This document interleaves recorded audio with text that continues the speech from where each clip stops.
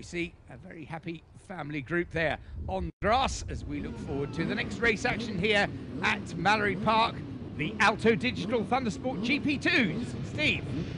Next up, it is the GP2 and MiniTwin Cup race. You can see here Connor Tagg on pole position. He'll be looking to add to a win that he got yesterday here at Mallory Park. Track temperature has risen slightly now, and Josh Daly's back on the grid. Unfortunately, he had some problems, so has had to make an engine change. We'll see how he fares up. Rick Ballerini looking for 2 wins out of 2. He doesn't like these pesky whippersnappers there that he's around, and one of them's right next to him, Liam Shelcock, rounding off the front row.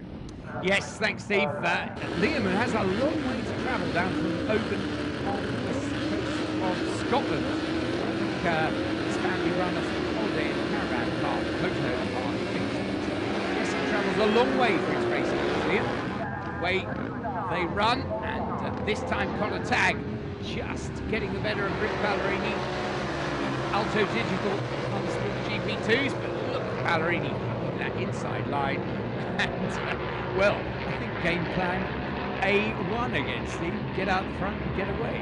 Well, yeah, he'll be looking for a repeat performance of race 1. He certainly looks like he's got that bike set up, because to be able to pin it and hug the inside line around Gerard's all the way round, it really is something, because it's a quick place around there, and it's never so easy just to drift out wide, especially when there's a lot of bikes around you. But it is Ballerini then that leads again. Connor Tagg there in second. Jake Dixon just moved up into third position ahead of Josh Daly. Yep, Josh just getting muscled out of it there, but good to see him getting out there to race, as you say, all sorts of problems, mechanical problems from earlier, but he's slotted in there in 4th place just ahead of Ian Popperwell. And there we see number 5, Lee Hutchinson.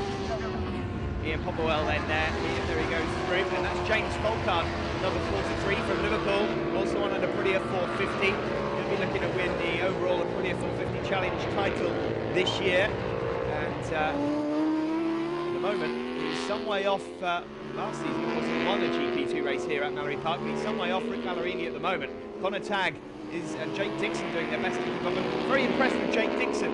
He's made the transition from a 125 Aprilia to a 450 look pretty easy there, and I think, well, after a few rounds we may well see him picking up 1 or 2 winners' trophies.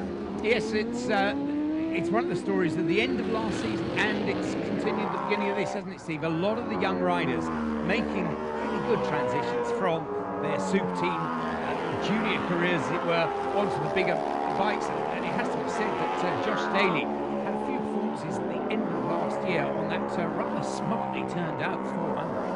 That does look like a splendid piece of machinery, and good to see him getting a decent run this afternoon. Yes, it is a nice bike that Josh has got. It's never been quite as quick as it's going at the moment, I have to admit, but Rick Ballerini at the moment untroubled at the front, which surprises me. Connor Tagg is just reading him in a little bit now. He's starting to get a few laps under his belt. He's obviously feeling confident in these drier conditions. Yep, there's still Josh Daly. He's head down, working hard, but Connor, I think he's looking very good already this season. He is a steady rider. He's not one that chucks it at the scenery that often, and he has the ability, particularly in qualifying, to pull out really quick laps. So it could be a great year for Tagg, as you see. There, Lee Hutchinson still working hard. The mini-twin. Yeah, just saw shots of Chris Harrison and Dave Palferman as well. But Connor Tagg is closing up now on Rick Ballerini. He's running out of laps to try and win this one, but considering it was a 12-second lead last race, it's not quite the same this time around. Yeah, about the only thing Connor can hope for is a mistake, but Rick Ballerini has been round a few times and round a few circuits and round a few championships, and he is not the sort of rider who makes mistakes. The mechanicals may go against him, but the rider will go on forever. Here he goes, and chased across the line onto the last lap by Connor Tagg goes Rick Ballerini. Well, this is going to be interesting now to see if Connor Tagg can get the drive out of Stevie Straight and have a look into Edwin, as he can't. So next up, there's only one more overtaking manoeuvre to make, and Connor Tagg's going the long way round. He says that's not going to work. Last place, Shaw's hairpin. Yeah, it's frustrating for Connor. Obviously, he's got the fastest lap of the race, but he still hasn't got that track position. And look at Rick Ballerini. He doesn't offer a single chance to Connor there. And down they come through that flip-flop of the S's into the elbow. Either side of that. unsuspecting back marker, and they see Sid in the checkered flag, and that is an excellent double win for Rick Ballerini, but he was pushed all the way by Connor Tagg. Jake Dixon, superb third, ahead of Liam Shelcock. Josh Daly, fifth, and Ian Popwell, sixth, and winner of the Mini-Twins.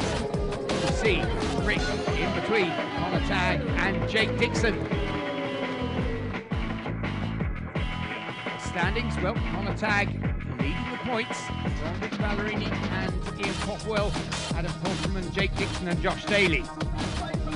There we see the Mini-Twins. Ian Popwell won it from Dave Pelferman and Lee Hutchinson. Their standings, well, Ian Popwell starts the season with a good bunch of points ahead of Dave Pelferman and Lee Hutchinson, Sam Nicholson, Wayne Bridges and Brian Inglis. My word, sir, that's a sizable piece of kit.